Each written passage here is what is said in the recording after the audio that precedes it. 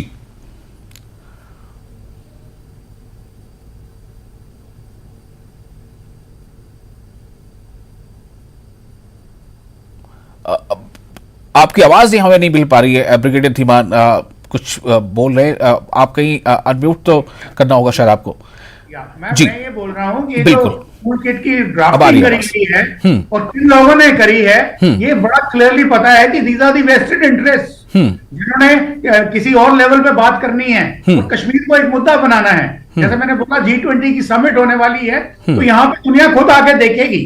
जो हमारा foreign office की गतिविधियां हैं, जो उनके जो SOPs हैं, वो इस वक्त बड़ी क्लियर हैं और दुनिया के जो राजदूत है वो बेवकूफ नहीं है और सबको मालूम है कि इंडिया की आज इंपॉर्टेंस क्या है strategically world over by way of economic markets and even the strategic location and military prowess. तो ये सारी चीजें आज बताती हैं कि एक हिजबुल मुजाहिदीन HM का सैयद सलाउद्दीन जो एक नॉन एंटिटी है, हुर्रियत कॉन्फ्रेंस जो रही नहीं, और या EU के कुछ लोग जिनको कुछ एक्ट साइन करनी है यूक्रेन वॉर के ऊपर, वो कुछ बताने की कोशिश कर रहे हैं। और जिन पाकिस्तान के मीडिया या जिनका ISI या उनका ISPR जिन लोगों ने इसकी ड्राफ्टिंग करी है, वो बड़ी पोर ड्राफ्टिंग करी है, उन्होंने जो कुछ लिखा है वो पाकिस्तानी आर्मी पे ज्यादा फिट बैठता है ज्यादा इंडियन आर्मी। जो कुछ पाकिस्तान स्टेट कर रही है एज ए स्टेट और एज ए डीप स्टेट, वो सब उनके ऊपर फिट बैठता है और ये सब उनके सिविलियंस जानते हैं, जो उनके राजदूत जानते हैं और वर्ल्ड ओवर पीपल अंडरस्टैंड कि आज सिचुएशन क्या है। तो इसलिए ये सब जो कहने का मतलब है, हमें इसको ज्यादा देखना नहीं चाहिए। और जैसा ब्रिगेडियर धीमान, अभी आपने अपने पहले वक्तव्य में कहा था कि भारत जोड़ो यात्रा जम्मू कश्मीर में पहुंची हुई है और उस यात्रा में काफी लोग जुट रहे हैं, तो अब वो भी जम्मू कश्मीर के लोग जुट रहे हैं। इसका मतलब है कि मतलब ये एक बता रहा है कि किस तरह से एकजुटता और जम्मू कश्मीर के लोग भी भारत से कैसे बिल्कुल अटैच हैं। लेकिन क्या ये चीजें लोग समझ नहीं पा रहे और क्या इस पर भी जो है उसे नजरअंदाज करते हुए जो वो दिखाने की कोशिश है कि टूल किट के जरिए से कि जी कश्मीर में या जम्मू कश्मीर में देखिए किस तरह से काला दिवस मनाने की तैयारी चल रही है गणतंत्र दिवस के मौके पर। मैं आपसे ये जानना चाहता हूं कि इसे रोकने के लिए क्या इसे रोकने का प्रयास किया जाना चाहिए और क्या ये वाकई इतना जरूरी है या फिर ये बस ऐसे ही एक आई गई चीज होकर रह जाएगी, इसका कोई इसकी मान्यता नहीं है, कोई इसको वैल्यू नहीं देने वाला?